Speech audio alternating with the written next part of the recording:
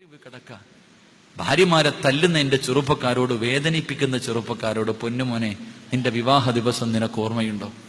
നിന്റെ വിവാഹ ദിവസം നാട്ടുകാരെ മുഴുവനും വിളിച്ചുകൂട്ടി പള്ളിയിലെ കാളിയാര് നിന്റെ പ്രിയപ്പെട്ട ഭാര്യയുടെ വാപ്പ നിന്റെ കയ്യിൽ പിടിച്ചിട്ട് പറഞ്ഞു തന്ന ഒരു രംഗം നിനക്ക് ഓർമ്മയുണ്ടോ? എന്തേ പറയണത്? പള്ളിയിലെ ഖത്തീബ് ഉസ്താദ് പിടിച്ചിട്ട് വാപ്പയുടെയും ചെറുപ്പക്കാരന്റെ വിവാഹ പയ്യന്റെയും കയ്യിൽ ഇങ്ങനെ മുറുകെ പിടിച്ചിട്ട് പറഞ്ഞു തരും, ഉസവ്വിജുക അലാ മാ അമറല്ലാഹു തആല ബിഹി മിൻ ഇംസാകിൻ ബിമഅറൂഫിൻ ഔ തസ്രീഹിൻ ബിഇഹ്സാൻ. അതിന്റെ അർത്ഥം അറിഞ്ഞിരുന്നെങ്കിൽ ഒരിക്കലും ഈ പാവപ്പെട്ടവളെ നീ തല്ലൂല.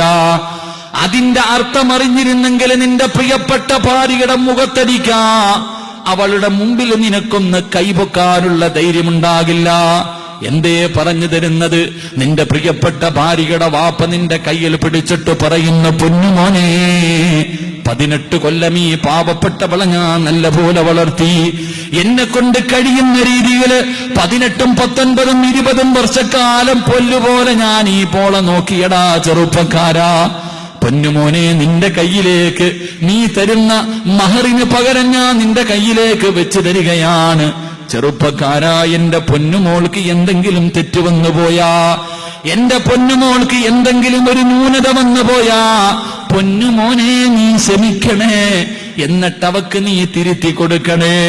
ഓരോ ഭാര്യയുടെ വാപ്പയും കയ്യിൽ പിടിച്ചിട്ട് തന്റെ മരുമകനോട് പറയുന്നു, മോനെ, എന്റെ പൊന്നുമോൾക്ക് എന്തെങ്കിലും തെറ്റുവന്നു പോയാ, ഇവൾ അനുസരണക്കേട് കാണിച്ച, ഇവള് കുരുത്തക്കേട് കാണിച്ച, നീ ക്ഷമിക്കണേ, ഇവൾക്ക് പറഞ്ഞു മനസ്സിലാക്കി കൊടുക്കണേ.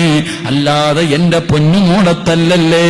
നിനക്ക് സുഖിച്ച് സുഖിച്ച് അവസാനം ഇവളെ വേണ്ടെന്ന് തോന്നുമ്പോ ഇവളെ നീ കെട്ടിത്തൂക്കല്ലേ, അടുക്കളക്കകത്തിട്ട് ചവിട്ടിത്തേക്കല്ലേ.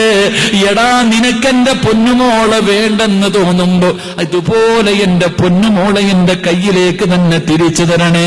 നിറകണ്ണുകളോടെ നിന്റെ ഭർത്താവിന്റെ വാപ്പ, നിന്റെ ഭാര്യയുടെ വാപ്പ നിന്റെ കയ്യിൽ പിടിച്ചിട്ട് പറഞ്ഞത്, എന്റെ പൊന്നുമോളെ നിനക്ക് വേണ്ടെന്ന് തോന്നുമ്പോ നീ കൊന്നു കളയല്ലേ, ചവിട്ടി തേക്കല്ലേ, ആ പാപത്തിന് കണ്ണീര് കുടിപ്പിക്കല്ലേ. നിനക്കിവളെ വേണ്ടെന്ന് തോന്നുമ്പോ എന്റെ കയ്യിലേക്ക് തിരിച്ചു തരണേ എന്ന് നിന്റെ ഭാര്യയുടെ ഉപ്പ നിന്നോട് പറഞ്ഞു തരുന്നത്. ഉസവ്വിജുക അലാ മാ അമറല്ലാഹു തആല ബിഹി മിൻ ഇംസാകിൻ ബിമഅറൂഫിൻ ഔ തസ്രീഹിൻ ബിഇഹ്സാൻ. എന്റെ ചെറുപ്പക്കാരാ, ഭാര്യ അടിക്കണമെന്ന് തോന്നുമ്പോ നീ ഇതൊന്ന് ചിന്തിച്ചാ മതി. എടാ, നിനക്കതിന്റെ വേദന അറിയണമെങ്കിൽ നിനക്കും ഒരു മകളുണ്ടായി, ആ മകളെ മറ്റൊരുത്തനെ കെട്ടിച്ചു വിട്ട് അവൻ തല്ലുമ്പോളെ അതിന്റെ വേദന നിനക്ക് തിരിച്ചറിയൂ. അതുകൊണ്ട് എന്റെ പ്രിയപ്പെട്ട ചെറുപ്പക്കാരോട്, എന്റെ പ്രിയമുള്ള പെണ്ണെ, നിനക്കിത്തിരി അഹങ്കാരം കൂടുതലാ. മഹാനായ റസൂലുള്ളാഹി സ്വല്ലല്ലാഹു അലൈഹി വസല്ലമ തങ്ങള്, അള്ളാഹുവിന്റെ പ്രവാചകനുണ്ടല്ലോ, തന്റെ പൊന്നുമകളോട് വിവാഹത്തിന്റെ രാത്രിയിൽ പറഞ്ഞു കൊടുത്തതാ.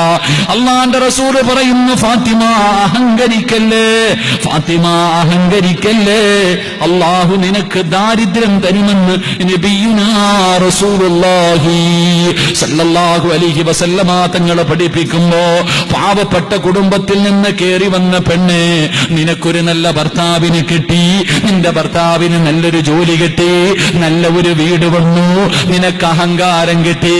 ഇന്ന് പ്രവാസികൾ മുഴുവനും വല്ലാത്ത കണ്ണീരിലാ. കാരണമെന്തേ? ഗൾഫുകാരന്റെ ഭാര്യ മണ്ണാർക്കാടിനെ വിറപ്പിച്ചുകൊണ്ട് നടക്കുകയല്ലേ. അവള് തറയിലല്ലോ.